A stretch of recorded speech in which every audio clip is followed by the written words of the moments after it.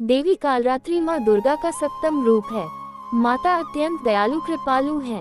ये देवी सर्वत्र विजय दिलाने वाली, मन एवं मस्तिष्क के समस्त विकारों को दूर करने वाली है।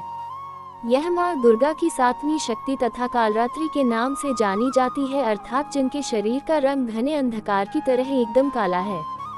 नाम से ही जाहिर है कि इनका रूप भयानक है। सिर के बाल बिखरे हुए हैं और गले में विद्युत की तरह चमकने वाली माला है। अंधकार में स्थितियों का विनाश करने वाली शक्ति है कालरात्रि। काल से भी रक्षा करने वाली यह शक्ति है। इस देवी के 3 नेत्र हैं। ये तीनों ही नेत्र ब्रह्मांड के समान गोल हैं। इनकी सांसों से अग्नि निकलती रहती है। ये गर्दभ की सवारी करती हैं। ऊपर उठे हुए दाहिने हाथ की वर मुद्रा भक्तों को वर देती है। दाहिनी ही तरफ का नीचे वाला हाथ अभय मुद्रा में है, यानी भक्तों हमेशा निडर निर्भय रहो। बाईं तरफ के ऊपर वाले हाथ में लोहे का कांटा तथा नीचे वाले हाथ में खड्ग है। इनका रूप भले ही भयंकर हो, लेकिन ये सदैव शुभ फल देने वाली माँ है।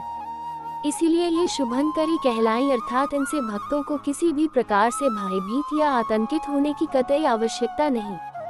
उनके साक्षात्कार से भक्त पुण्य का भागी बनता है। कालरात्रि की उपासना करने से ब्रह्मांड की सारी सिद्धियों के दरवाजे खुलने लगते हैं और तमाम आसुरी शक्तियां उनके नाम के उच्चारण से ही भयभीत होकर दूर भागने लगती हैं।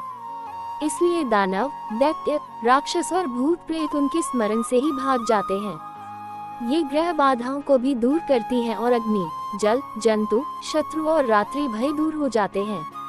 इनकी कृपा से भक्त हर तरह के भय से मुक्त हो जाता है।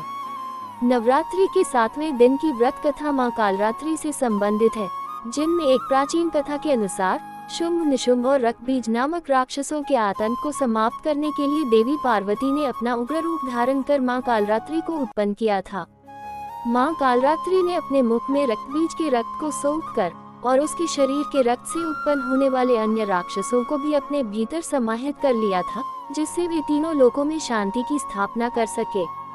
कथा राक्षसों का आतंक। प्राचीन काल में शुंभ, निशुंभ और रक्तबीज नाम के शक्तिशाली राक्षसों ने तीनों लोकों में भय और आतंक मचा रखा था। देवताओं की प्रार्थना। सभी देवी देवता इन राक्षसों से परेशान होकर भगवान शिव के पास गए और मुक्ति का उपाय मांगा। माँ पार्वती का रूप। भगवान शिव ने माँ पार्वती को राक्षसों का वध करने का आदेश दिया। तब माँ पार्वती ने माँ दुर्गा का रूप धारण कर शुंभ, निशुंभ का वध कर दिया। रक्तबीज का वरदान। जब रक्तबीज का वध करने की बारी आई तो ब्रह्मा ने उसे एक वरदान दिया था कि उसके शरीर से गिरने वाली हर एक रक्त की बूंद से एक नया रक्तबीज पैदा होगा। माँ कालरात्रि का जन्म। माँ दुर्गा ने अपने तेज से माँ कालरात्रि को उत्पन्न किया। माँ कालरात्रि ने रक्तबीज के शरीर से निकलने वाले रक्त को जमीन पर गिरने से पहले ही अपने मुख में सोखना शुरू कर दिया। राक्षसों का अंत। माँ कालरात्रि ने इस प्रकार रक्तबीज और उसके द्वारा उत्पन्न किए गए सभी राक्षसों का अंत कर दिया। शांति की स्थापना। रक्तबीज का वध करने के बाद माँ कालरात्रि ने शुंभ और निशुंभ को भी मार डाला और तीनों लोकों में शांति की स्थापना की। ये कथा पढ़ने से मन का भय दूर होता है और भक्तों को साहस मिलता है।